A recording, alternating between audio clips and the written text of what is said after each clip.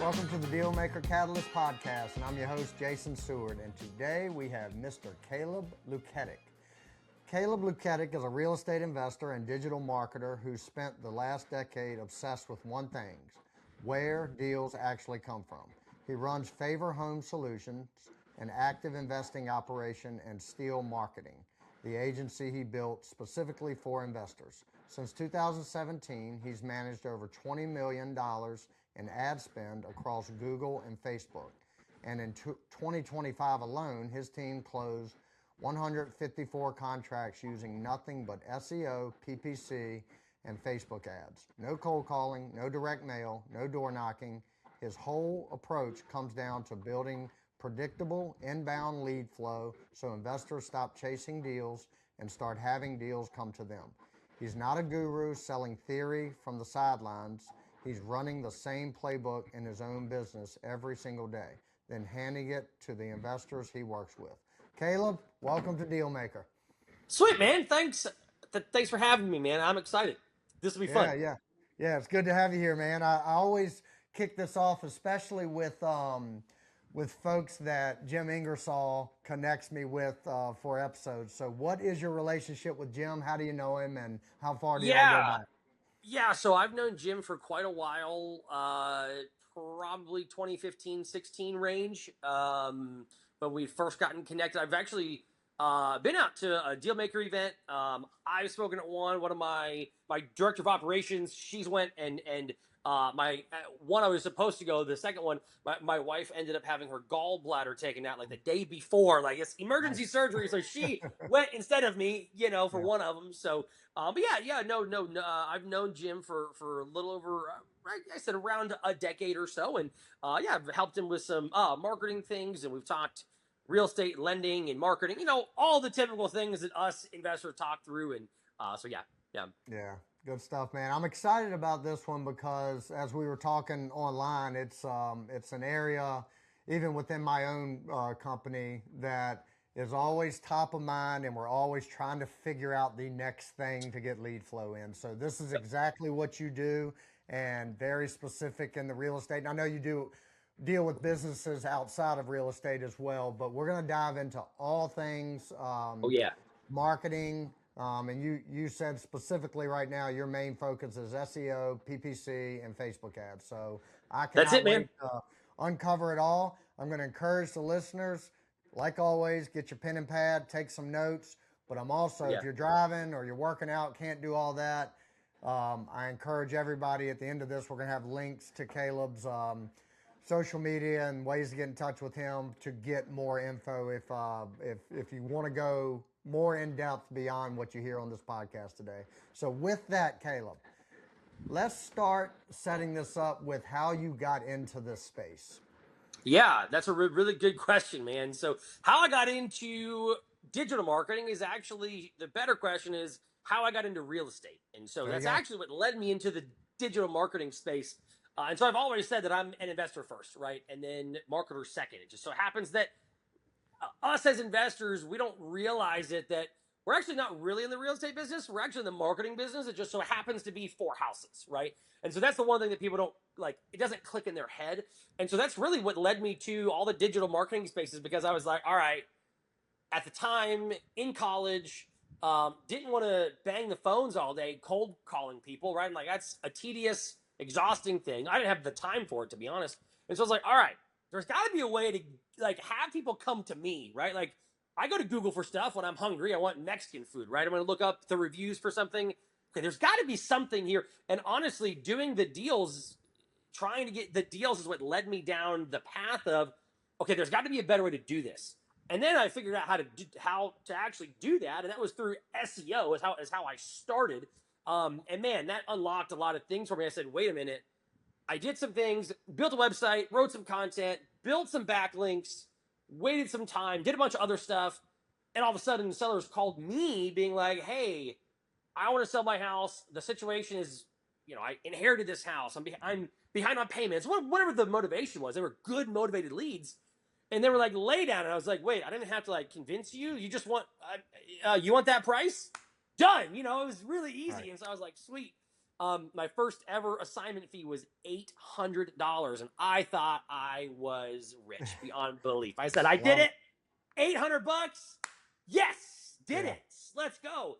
Very next deal was $15,000. I said, whoa, wait a minute. This hang on. I really like, oh my gosh, right? All from organic SEO. And so yeah, So that's Caleb, exactly how I got into it, man. can I pause you there? So I want to make sure because and this was me a couple years ago, hearing someone talking about digital marketing and saying SEO. I had no idea at that point what it meant. So Yeah. can you explain exactly what search engine optimization is? Totally. So you hit it on the head there. SEO is search engine optimization. Basically, what you're doing is you're building trust and authority with your website, with your online brand, online presence of your company. So that way, when somebody goes to a search engine, Google primarily, because let's be honest, it's a verb now. Did you Google that? Like we all just say it, right? But there's also, Yahoo and Bing and DuckDuckGo and all these other search engines that, they very minuscule amounts. But again, search engines. That way, when somebody searches something like, hey, how do I sell my house fast? Who are the cash home buyers near me in my area? Insert, Richmond, Nashville, Houston, Miami, wherever that seller is. And you're popping up on Google organically for free. That Google is suggesting you to the audience searching that because you've got and built the proper trust and authority with them. And then obviously paid ads for Google ads, right, are above that. You're paying Google money to show up at the top there. SEO it's free, it's organic. You're not paying Google a dime. You're paying a guy like me for the knowledge and the strategy to get you there. So that's what SEO is. It's my favorite channel. It's always been my number one ROI channel. It takes the longest and the most work to get there. But usually the things that are the most successful, they do take the most money, time, effort, energy to be successful. And once you're there, you're like, best decision ever. Yeah. So I got a follow-up question to that, what SEO is. And as you're explaining, like everybody, 90% of people go to Google and search. I think what has happened is happened pretty quick with AI, and I'm the same way. I rarely go to Google anymore. I pull up ChatGPT and type in what I used to Google. So Yep. this is just a curious question. Is ChatGPT then going to those search engines to pull up those same questions? Yeah, so that's a whole other topic with what's now called AEO, AI SEO. Basically, it's kind Okay. of the combination there. So the three-letter acronym is AEO. It's like AI engine optimization, right? And so that's what is the whole premise of this new topic of AI, right? That's been relatively new for the last few years. And you're exactly right, man. People are going to ChatGPT and other AI agents and using them as kind of a search engine. And so that's a whole other can of worms now that when, I do SEO for myself and for others, we're focused on actually both of them now, the traditional Google methodology and how you rank there, plus how you show up now with AI searches. And Google just about a month and a half ago, they released a huge update with their own AI. Because if you've been to Google recently, you type in looking for a recipe, looking for a restaurant, looking for a plumber, looking for an investor like us, no matter what you look for, they have this little AI box that pops up with kind of previews and talks through a bunch of those different things. You can actually talk to it right there on Google, just like you would ChatGPT or whatever. And it is now popping up at the very top before paid ads, before anything, because Google wants more AI users for themselves. And so that's another thing now that we're obviously also optimizing for, but they have changed the game now that they're saying that AI is going to be here and it's here to stay in your search engine results. And so one of the big things, if you're not prepping for that, you're going to be left behind. And so AI is here. There's a lot of ways that you can get yourself optimized for that, which we'll talk about some today for sure. But yeah, AI has changed the game for sure. It's exciting. It's fun. SEO is definitely not the same it was in 2016 versus 2026. Talking about the SEO, you kind of went there with how you got started. So you got into real estate. You saw kind of a little bit of a missing link that you could solve yourself, and you had the bandwidth and the intelligence to do it. Not everybody has the, maybe it's not an intelligence thing, but they just don't have the passion about trying to figure that piece of the puzzle out. So you did that, And then where did it evolve from there? Yeah, so how it evolved is actually really funny. So Jim's one of those individuals of how it kind of early on evolved, and some other friends that Jim knows in the Richmond area and other parts of the country. But how it pretty much evolved was there were other investors I had connected with through Jim and just through other networks and other things like that. We're all talking, hey, what are you doing for marketing? Oh, I'm doing direct mail. I'm doing this. I'm doing that. Well, I was like, hey, I'm doing SEO. Like I'm focused on online, and everybody at the time, they were like, oh, what the heck's SEO? Like, how does that work? We're all doing direct mail, cold calling. There were no cold calling laws back then, right? That these are all relatively new laws that we're facing with texting and all of those things. And so it was just hey, yeah, here's what I'm doing. And they were like, hey, I know nothing about that. Could you help me? And I was like, yeah, sure. Why not? I mean, it's working well for me. They're in a different market I have no intention of going into. Well, yeah, let me help them. Why not? And so we just got through it. I was like, okay, this is a little more time than I thought, right? Okay, so hey guys, what is it okay if like you paid me, I don't know, maybe $1,000 a month? Like there are some costs and some actual expenses that I have to go pay for. And lo and behold, I developed an agency without even knowing what the word agency was. I had never heard of it, didn't know it at all. It's actually funny because I joined this coaching program or this course, whatever, to just get better at SEO, right? He's like, hey, here's how, some stuff that they were doing at the time I wasn't. And I'm always learning. I'm always saying, what can I do? How can I improve? Well, lo and behold, it was a program to teach people how to become an agency. And I was like, what in the world is an agency?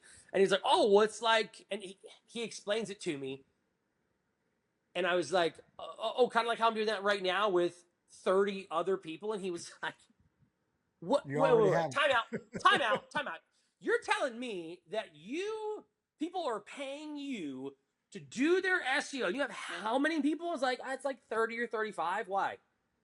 And he was like, what? That's literally what I'm teaching. Why are you here? And I was like, I don't know. I'm just here to learn, dude. I thought this was an SEO. Like, I'm trying to get better results for myself and everyone else. And so it's just funny how that kind of organically started. I had no intention of it at all. I literally didn't know what the definition of agency meant. I'd never even heard it. Didn't even know.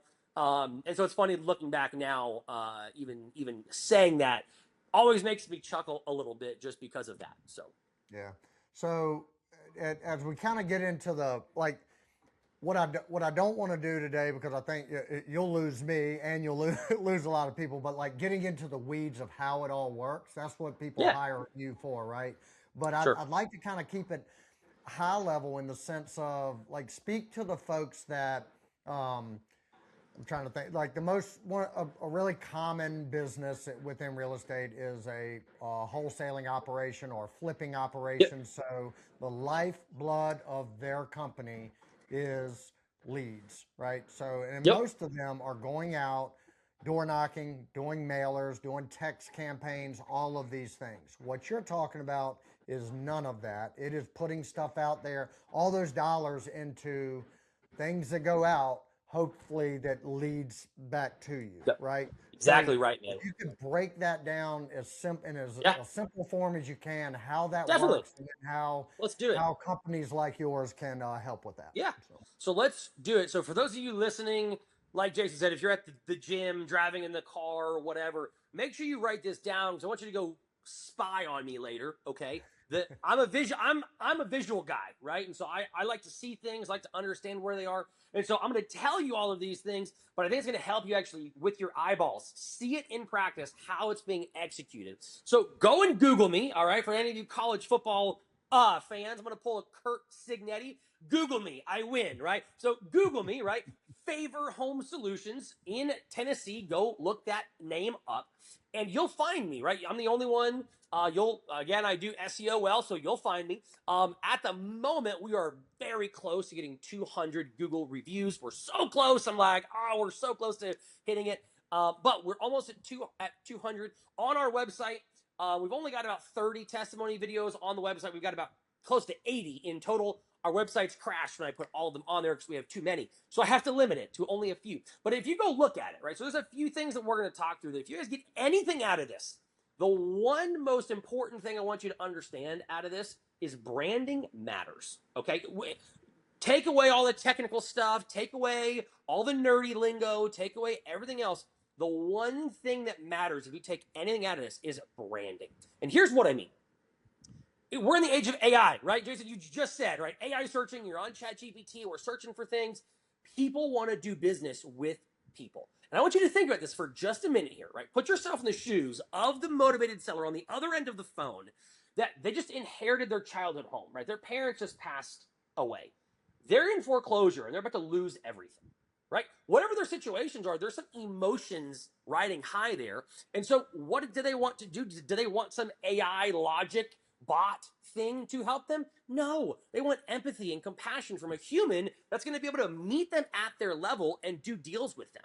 That's exactly what we're doing here, but from an online perspective, right? And so rather than mailing a pre-foreclosure list, mailing a probate list, we're actually online getting those same leads, just literally just on Friday, okay? We're shooting this on a Monday, and just a few days ago, we got a PPC lead from Google. PPC's pay per click, and her auction date is in 3 weeks. She's losing her house to foreclosure. Great deal, calls us, says, what I want immediately. We locked it up, sub 2, taking over the payments, and so all of a sudden that lead came to us, we're able to help them. Just a week ago from today, we locked up a house that's inherited, which, by the way, great deal.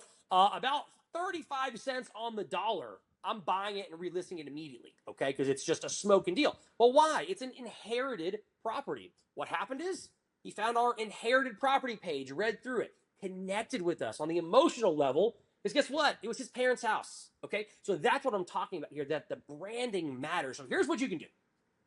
These are the things that I want you to take away from this, because all that to set the stage is important for you to understand where we are as a society, that AI is here, people are reading through it, and they want to connect with real people. So here's how you guys can actually break through and actually get the message across that you're real, you're local, and you're here to help somebody, right? So the first one, you have to be on Google, okay? You have to go get a Google map listing, or a Google business profile now is what they call it. You got to go and create that Google business profile. That's step one. You can YouTube that. Go look up how to do that. There's videos on that. It's really super easy, okay? That's where you can get people to leave you reviews. So anybody.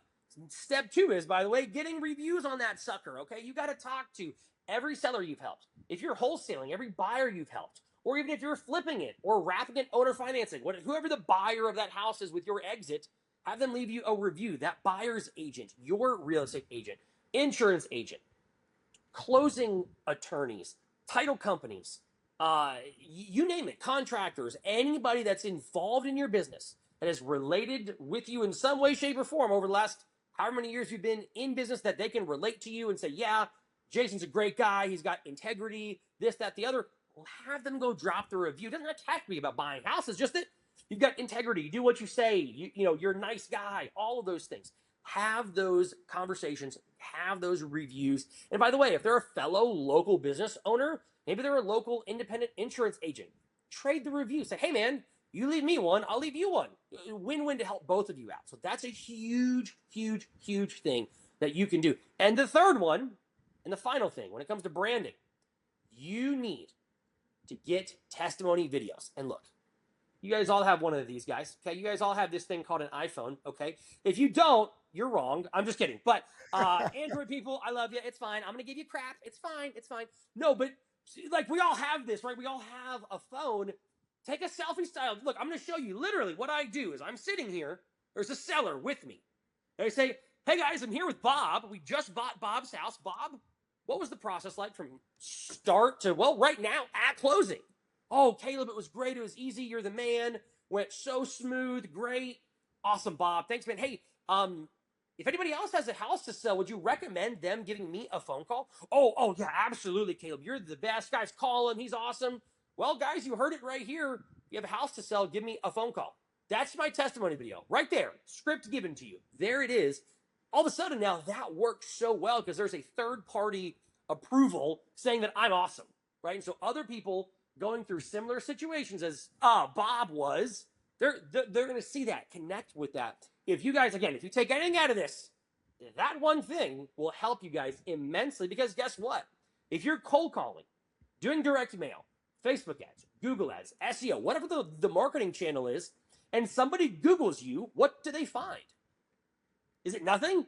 Is it mediocre? Or is it, oh my gosh, above and beyond amazing that's going to help you guys convert more transactions? Because I cannot tell you guys the number of deals I have won in my local market. Because, as Jason said, I'm an active investor just like you guys are. So I'm doing the deals as well.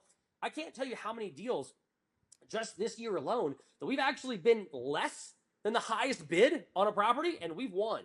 People have picked our offer, even though it was 5, 10, 15, in one case, $20,000 lower than somebody else because the other people didn't have a website, no reviews, and they're like, there's something about this Caleb guy. I don't know. I just feel something. Again, they say all the emotions. I'm playing with the emotional psychology of a seller, saying that they're building trust with me because they like me, okay? Because they see me on the videos, on the ads, on the website, and all of a sudden the psychology kicks in saying, I feel like I've known this guy for a while. Man, I really, like, there's just something about him. It's because we're connecting with them before they ever even call us. And so again, telling you guys, if you guys take anything out of this, take everything I just said, go implement it, and 6 months from now, I just want you to watch what happens because your ROI is going to go up from all your marketing channels. A rising tide raises all ships, and branding is that tide that will raise all ships.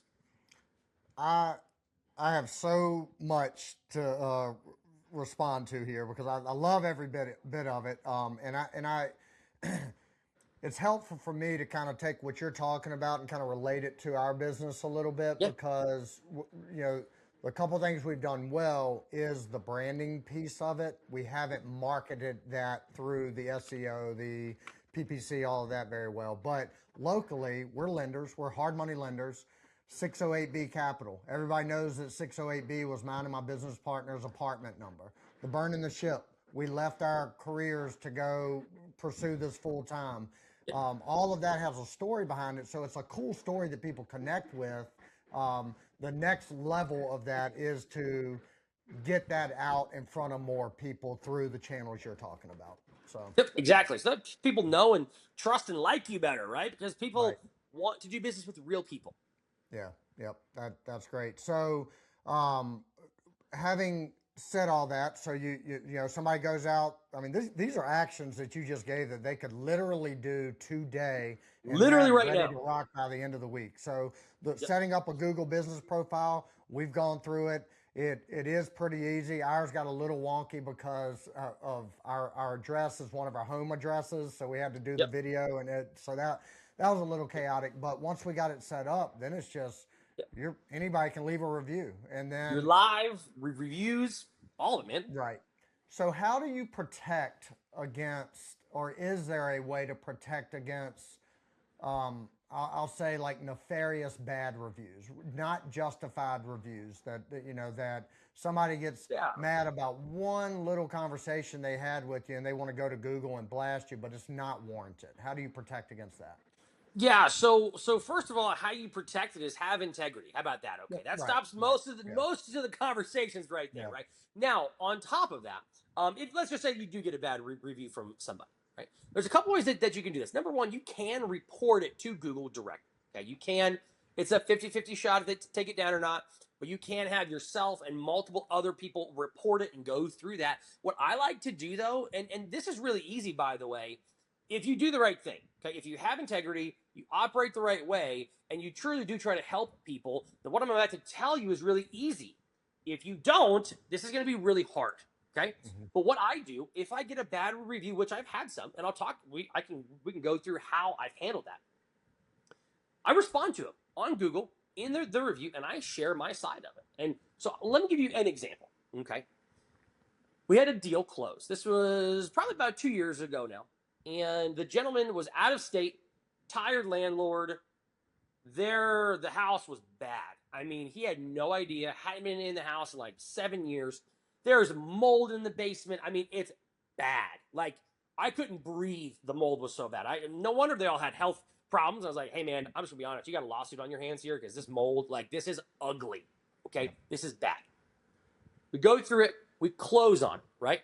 About a week later, all of a sudden, we get a bad review on Google. I'm like, what in the world? Like, what have I done recently, right? Like, what in the world? What's from this guy saying we took advantage of him? We didn't give him full market value for the house. All these things, right? All these crazy things. And I'm like, Okay, yeah, it didn't give you full market value because your house wasn't at full market value. There was mold, water coming in from the basement. I mean, man, it's a disaster. So what I did is I replied to that, and I mean, it's a book, okay? It's long.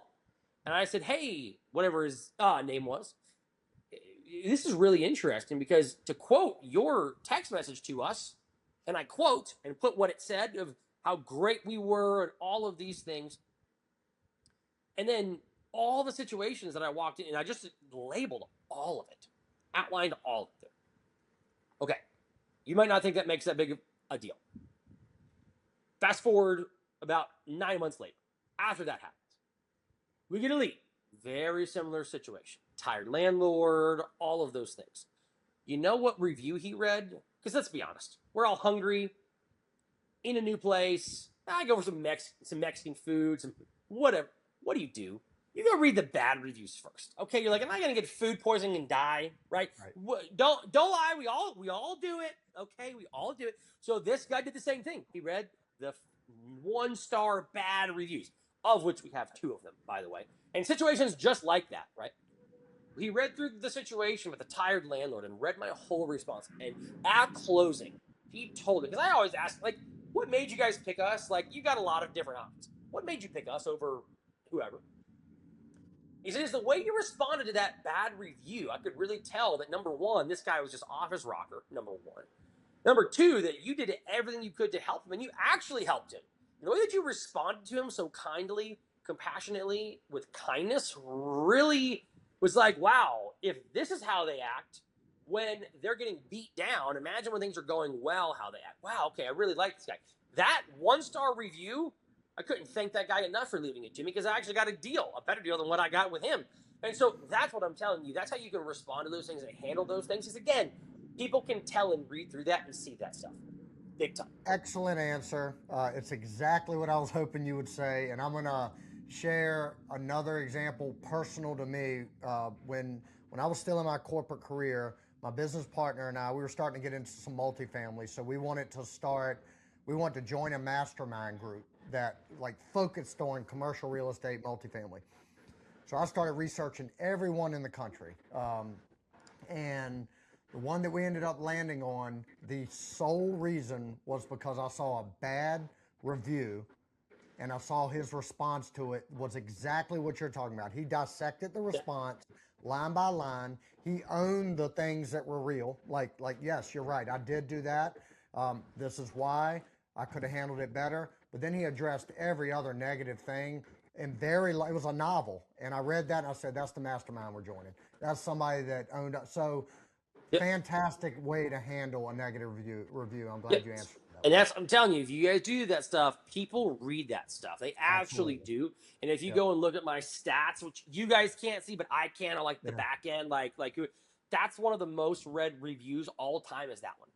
I believe it. Yeah, absolutely. So you mentioned, so we've kind of covered SEO, we've covered PPC. You mentioned Facebook ads. Do you want to kind of talk for a few minutes on let's do Facebook ads, the effectiveness of them, how to curate them the right way? Because I mean, I could go out right now on my business page, create a Facebook ad, but I wouldn't know what in the world to do with it to make it optimal. So let's talk through it. So I want to get the point across here, okay? That I'm a very straight shooter, okay? I'm going to be very blunt with everybody who talks to me. Just earlier today, I was talking to somebody about ads, and I'm going to say the same thing I said to him as to everybody listening here. If you don't have the proper budget, don't do it. Plain and simple, okay? And anybody who tells you that you can do a Facebook ads campaign or Google ads campaign with less than what I'm about to tell you, they're just lying to you to try to make a sale because they're a hungry salesman. Just going to be blunt, okay? Very honest. And I'm going to walk you through the numbers and why. But this is important for you to understand this, okay? Because if you do this wrong, you're going to get a bad taste in your mouth. And all of a sudden, guys like me are going to thank you because I'm like, yeah, get off the platform. It's terrible. Yeah, it's terrible. Oh, it's so bad. Because I'm just going to take all of your deals. And so that's great. So here's the minimum. Let's just talk minimums, and we're going to talk how to execute. Let's just make sure our mindset's right here because this is really, really important. Facebook ads. $3,000 minimum monthly budget.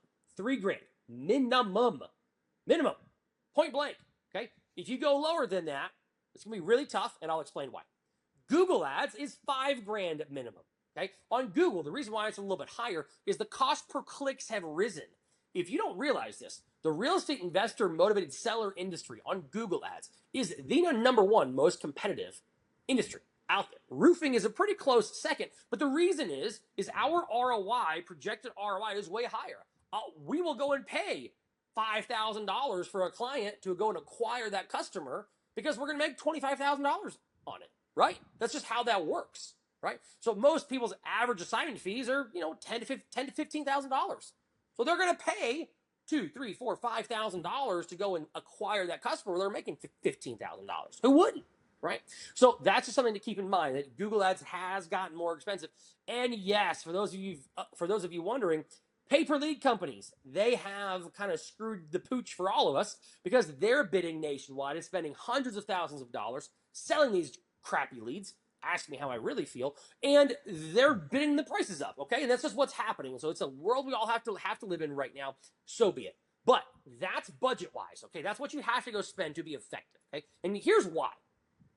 So number one, it's how the algorithm works, okay? The algorithms are built to find you, your ideal customers, your ideal audiences, to make sure that you keep paying Google or Meta more money, right? That's what they want. They want you to keep paying money, more. And so the only way to do that is to get you your ideal customer, aka a motivated seller. And so here's how Google works, just to explain this so you guys understand this, is that they go on a cost per click basis, PPC, pay per click. You pay for every click. Well, some clicks are $200, right? $250, $300. Well, all of a sudden now, if your daily budget is only $100 on Google, just $3,000 a month, and it clicks $150, guess what? You can't afford that click. Some of the best performing keywords that actually convert, they do cost $150, $200, right? And one thing too to keep in mind here, I'm going to base everything here I'm talking about on your cost per contract, because oftentimes you guys out there, okay, I'm going to judge all of you for a second. You guys all get caught up too much in your cost per lead. Your cost per lead is irrelevant. It means nothing, okay? All these people out there are trying to sell you. Investor to investor here for just a second. All right, in 25, we locked up 154 contracts at a cost per lead of $1,600 average across all of our channels. Guarantee that's better than a lot of the different investors listening to this, and that because they're so worried and clamoring over cost per lead that their ROI is actually garbage because they're not looking at the right metrics. And so here's why I say those budgets as well. So that's how the algorithm works, right? Let's talk about cost per deal. What's an average cost per deal on Facebook and Google? And then we're going to get in how to run Facebook ads, because that's what I want to talk about today especially. But it's good that you guys know this to get a baseline. As you're shopping, as you're trying to understand how this stuff works, I want you to understand this. Average cost per deal right now in 2026 on Facebook for most of our clients is anywhere from about $2,500 to $3,500. That's about the average cost per contract. Why on God's green earth would you spend $1,000 when it costs you $3,000 to get a contract? You want a contract every 3 months? That doesn't make any sense at all. Spend $3,000, go get a contract a month on average, right? That's how you need to be running the business. PPC, Google Ads, same thing, just more expensive, right? And typically, PPC has a better ROI just because the intent is higher. They're actually Googling, like, hey, I need to do this thing. I just told you guys a few days ago, we got a PPC lead because she's in foreclosure, auction date set. I got to sell this house yesterday, like now, right? Urgency, right? That's a great deal. So that's on PPC, cost per deal. Typical averages for people are about $3,500 to $5,500 cost per contract. So again, you got to spend what it takes to at least get one, right? To get that ROI churning. So, Jason, hopefully that all makes sense. But I do want to talk about Facebook, 'cause that's a really good one. So if you're good, we're just going to keep on rolling. So everything I just said about branding, okay? What did I tell you guys? If you learn anything out of this, you get anything out of this, please make it be branding, okay? Like, please let this sink in. This is what works.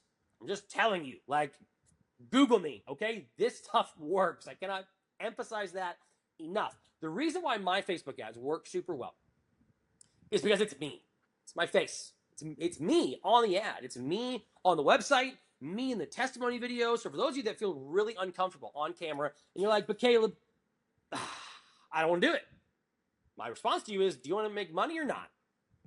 If you say no, hey, brother, good on you. Sister, good on you. Because that means that Jason and I, we're just going to take your deals. No, I mean, I'm not. That's fine, right? No worries. But if you actually want to do this and do this successfully, you have to get in front of a camera. You have to be able to put your worry aside, your anxiety aside of saying, no, this is actually here to help somebody. Because, I mean, think about this. There are people who genuinely do not know what to do, that you could be the solution for them. So think about it from that perspective. Hopefully it helps shift your mindset a little bit. But Facebook ads, the way that we do them, very, very simple. Selfie style videos. Big shocker. Notice a theme here. The phone. Selfie style videos of me in front of houses. Selfies of me and sellers doing testimony videos. You know, hey, John, we helped you, blah, blah, blah. That type of stuff. And any graphic that we have, it's me. It's a picture of me. It's a picture of me and a seller. Now, let me tell you what not to do, okay? Jason, you're probably going to find this very funny because I did. There's an example I'm going to use for forever now. This is my forever what not to do example, which just happened earlier this month, actually, that we found out. So we were auditing somebody's ads. They said, hey, Caleb, our Facebook ads aren't doing that great. We see you're doing well. Could you audit it for us? Could you help us? Yeah, sure, man. No problem. Let's go check that out. Get into it. Wow, Jason. Wow. Okay, so what they were doing, their agency that they hired literally was running this AI video that said, your house is killing you, in blood red font as it's dripping down with a guy laying on the floor dead. I am serious. God, your house is killing you if you don't sell it right now to me, blah, blah, blah. And I'm like, you guys want to know why your Facebook ads suck? Because you're threatening to murder somebody if they don't sell your house to you. So don't do that, okay? So just, don't do that. Don't invoke fear out of a potential customer. Not a good idea at all. So don't do that. But also don't use AI videos, okay? We can laugh, but I'm serious, man. This is a real video. I have it saved because it's so outrageously wild that I'm like, I have to always save this because no one's going to believe me. I have it. If you want to see it, I'll send it to you. If you can see it, it's real, okay? Yeah. But don't use AI videos, right? Use yourself. Go back to the branding part, right? Think about this too. Who's our avatar? And for those of you that don't know, avatar is the ideal customer, right? That ideal audience, who we're speaking to, right? Who's our avatar in the motivated seller space? Typically, people 55 and 60 and older. Typically. That's the audience, the age range that you're reaching, right? Well, this is the generation that was alive way before computers and the internet were this big, massive thing, right? They grew up in a totally different time. They have a different connection than a Gen Z or Gen Alpha or whatever they are now, doing TikTok dances, right? The two separate things completely here. And so what works for the younger generation of AI is not going to work for an older generation. You have to know who you're speaking to. That's why the branding, the personal connection, they still are a handshake. My word is my bond. That's how they think. And so when they get to meet somebody, talk to somebody, get that connection, all of a sudden you're going to convert that person into a contract way easier because they've already seen you, they've already heard your voice, they already can kind of tell what you're about, how you help them, how you can help them, and all of a sudden it's going to make your job closing them way easier. That's why our Facebook ads work so well. And is that why the main focus is on Facebook? Because that demographic tends to hang out there rather than TikTok, Instagram, things correct. like that. Exactly. Yeah. Facebook is where your audience hangs out, man. Right? Yep. That's where they're at. No 18-year-old's got a house to sell. 25-year-old. I shouldn't say no 25-year-old, right? But very small percentage are going to inherit that house. We're talking about people in their 40s, 50s, 60s, 70s that are talking to you. They're all on Facebook. That's where they're all hanging out at, right? And so that's where you have to know where your market is. And the last thing I'll say on Facebook real quick is this is important. I said cost per lead's irrelevant, right? In the month of June, as we sit here recording this, right, we still have a few more days left. We've generated 80 leads in the month of June so far on Facebook, okay? 7 contracts from that. It's like, 11 and a half leads per contract? Do you know what my cost per lead is? It's $175 a lead. So you're going to sit there and you're going to say, Caleb, That sucks, dude. You're garbage. $175 leads. Oh, there's agencies and companies selling $20 leads, $30, $40 leads. Yeah, there sure are. I could do the exact same thing. But how many leads to a contractor? Are they at 11 and a half leads to a contract? Maybe 111, maybe. And probably not even then, right? Because we're talking about there's so many things. Your ad copy matters. Agencies that are running your marketing that aren't investors and know this stuff just are a disaster. An example I'll share quickly. I was talking to somebody just last week, and they said, man, we're getting leads at $50 and $60 a lead. We've gotten one contract in 3 months. We've gotten like literally 200 leads. So let's dig in. Let's find out why, man. We got into their ad copy. Their ads were saying, find out what your house is worth. See how much your house could sell for. This hopeful thing, and I don't know if you guys have experienced this, they're getting new build leads. 2020 houses and newer, brand new houses. People are just shopping around. They bought them maybe pre-spike in appreciation. They were curious how much equity that they could cash out. The ads even talk about equity cash outs, right? You're like, what are we doing? Because the agency is optimizing for cost per lead, not cost per contract. So all of a sudden, I shared those numbers with him. I said, I'm at $175 a lead service level. What do you think? That your ads are horrible? Yeah, the service level, you might be right. And then I pulled my screen up and shared him our active projects. Oh, Facebook. Oh yeah, Facebook. Oh yeah, Facebook. Oh yeah, this one. And I shared that with him at the time. It was only 6 because we've locked one up since then. And he said, oh, wait a minute. I've been looking at this all wrong. And I said, yeah, that's what I've been trying to get the point across to you, that it's not cost per lead, it's your cost per contract. So again, if you guys take anything out of this, branding and focus on the correct metrics, the right KPIs in your business, cost per contract and your return on ad spend, your ROI, that's what you need to focus on. When you start focusing there, everything else falls into line real quick. Yeah, it's not as at its core, it is sales 101. You start at the end and reverse engineer it back to. So if I know that, like I came from the insurance industry, I know what I have to collect in premium for the year to hit all my targets and goals, and then I can reverse engineer that. I don't care. At the end of the day, I don't care how many phone calls I make. I care how much premium I collect, right? How much money I've made.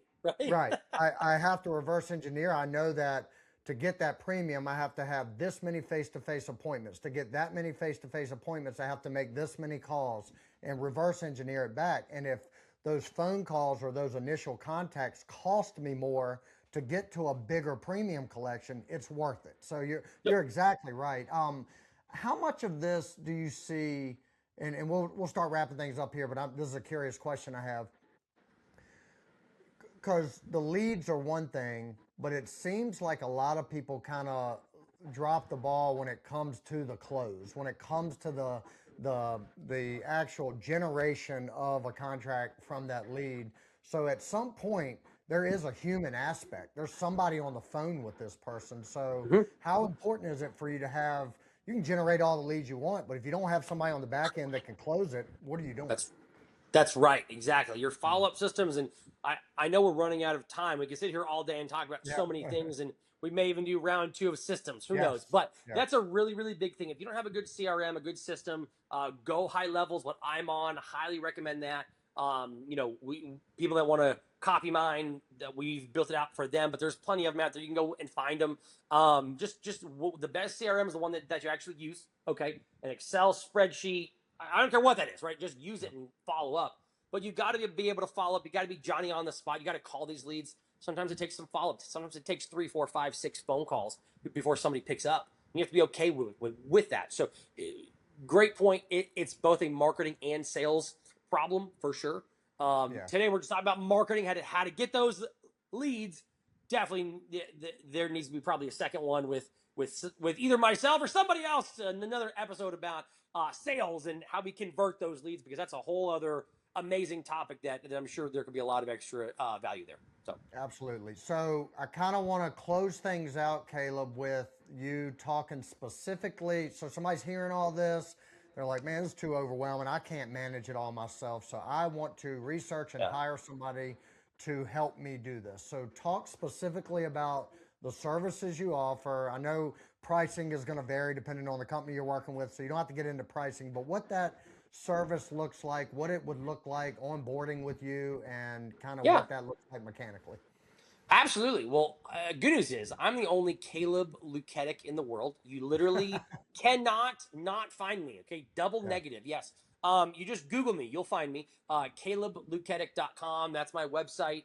Very easy to find me. Everything's listed there. Kind of a full kind of workflow from the beginning to the end of what it looks like to work with us, from our email newsletter, agency services, all the way up to one-on-one coaching. So here's what I would suggest. If you guys go to my website, you'll be able to see everything there, kind of what all we do.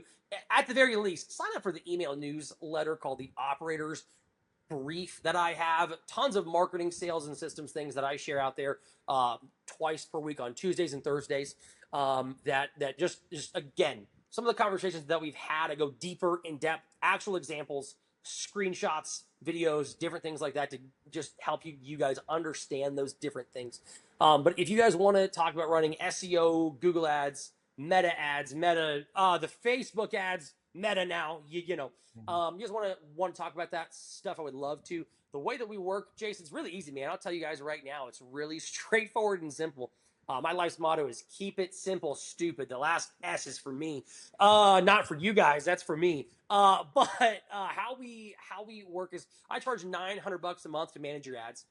Very simple. The ad spend goes directly to Google, Meta, wherever, and that's really straightforward and simple. SEO is $2,500 a month. That's no ad spend, just straight up to us to understand how that works. Again, getting you ranked, the authority process, the process to get you built with trust and authority, both in search engines and in AI now. Because, like you said, Jason, I'm the same as you. I'm like, hey, Claude, hey, ChatGPT, what, you know, we talk through a million things. So that's where sellers are too now, right? They're getting there. And so to get kind of ahead of the curve there. So that's exactly how you guys can work with me. If you guys want some more one-on-one stuff, I can help with some of those things as well. But like I said, if you go to my website, CalebLuketic.com, right there on the home page, there's really a few main ways that we can work together. It walks you through all of them, from the email newsletter, like I said, all the way up to the one-on-one coaching that I do for investors. So to dial in everything from marketing, sales, systems, all of it, man. So yeah. Love it. So what we'll do, I know you've mentioned to Google you a couple times, so we're going to save people the time there. We're going to drop all your links in the notes here. So whatever platform you're watching or listening on, go check that out. Caleb, I think you're right. We've just kind of scratched the surface on this. So I do think later in the year, maybe we do follow this up with a round 2.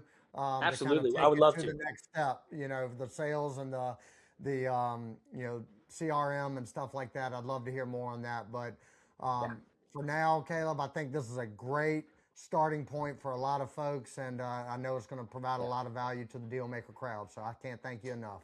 I hope so, man. That's the objective, is just to provide value, man. That's why I'm here. And seriously, if you guys want to follow me on social media, like, I drop more tips than I think you guys probably realize. A lot of things going on. So seriously, the newsletter, social media, we're talking about a bunch of different things. Big Google AI updates. We talked about some earlier today. There's more stuff this week that we're dropping about that too. So seriously, whatever you guys need, would love to help, and hope to see you guys on social media somewhere soon.